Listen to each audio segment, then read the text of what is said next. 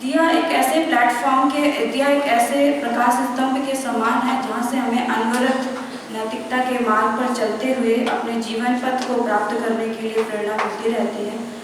हम सभी लोग एक विशेष उद्देश्य को लेकर यहाँ दिल्ली आते हैं और कैसे अपने उस उद्देश्य पर अडिग रहें। चारों तरफ के जो नकारात्मक वातावरण है उससे कैसे अपने आप को बचा के रखें, ध्यान के माध्यम से अपने मन को कैसे सशक्त बनाएं और अपने अंदर जो सोई हुई सुसुप्तावस्था में पड़ी हुई जो शक्तियां हैं उनको कैसे जागृत करें। और इन्हीं विशेष उद्देश्य के साथ हम यहाँ सम्मिलित होते हैं और जहाँ से सबसे पहले प्राणायाम से स्टार्टिंग होती है, जहाँ अपने मन को खाली करने का प्रयास करते हैं ताकि हम अपने मन को ध्यान की अवस्था में लाने के योग्य बना सकें। और एक्चुअली ध्यान को लेकर बहुत ज़्यादा कन्फ्यूज़न रहती है। मैंने कई लोगों से बात की तो मुझे लगा शायद जो मेरा अनुभव है उसके माध्यम से थोड़ा सा ध्यान के बारे में आप लोगों से बात कर पाऊँ मैं।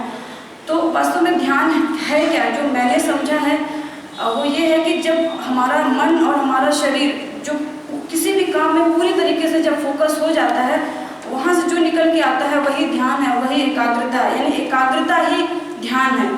ये हम लोग जो बैठ करके पोस्चर में करते हैं, ये वास्तव में एक प्रक्रिया है जो हम अपने मन को एक स्थिर करने का प्रयास करते हैं।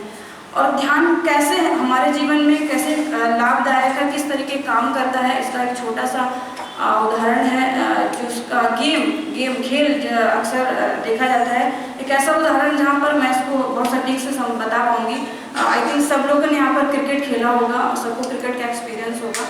तो जब भी देखा होगा आपने 2 घंटे 3 घंटे बाद एक चीज़ होता है कि हमारे बॉडी में पेन जरूर होता है लेकिन अंदर से उत्साह होता है, क्योंकि वहाँ पर मन और शरीर दोनों ही एक जगह एक स्थिर होते हैं। और जब भी मन और शरीर स्थिर होता है, वहाँ से जो चीज़ निकल करके बाहर आता है वो उत्साह होता है।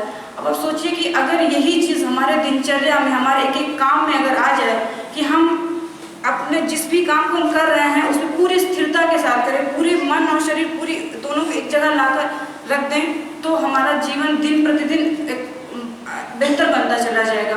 हालांकि इसमें थोड़ी सी अड़चन आती है प्रारंभ में, ठीक उस बच्चे की तरह। जब कोई बच्चा चलना सीखता है तो गिरता है, फिर चलता है, गिरता है, फिर चलता है, और धीरे धीरे करके एक समय आता है जब वो चलने लगता है और फिर दौड़ने लगता है। ध्यान में सेम ऐसा ही होता है। जब आप स्टार्टिंग करेंगे तो बहुत अड़चन आएगी, मन विद्रोह करेगा, रुकेगा नहीं एक जगह, वो कहीं पास्ट में जाएगा, कभी फ्यूचर में जाएगा, प्रेजेंट में रुकता ही नहीं है।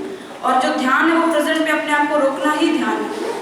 धीरे धीरे करके फिर यही जब आप प्रक्रिया स्टार्ट करते रहते हैं तो एक समय आता है जब आप उस अवस्था में पहुंच जाते हैं जहां लगभग विवेकानंद या फिर अन्य पहुंचे हैं। इन्हीं के साथ मैं अपनी बातों को यहाँ पे विराम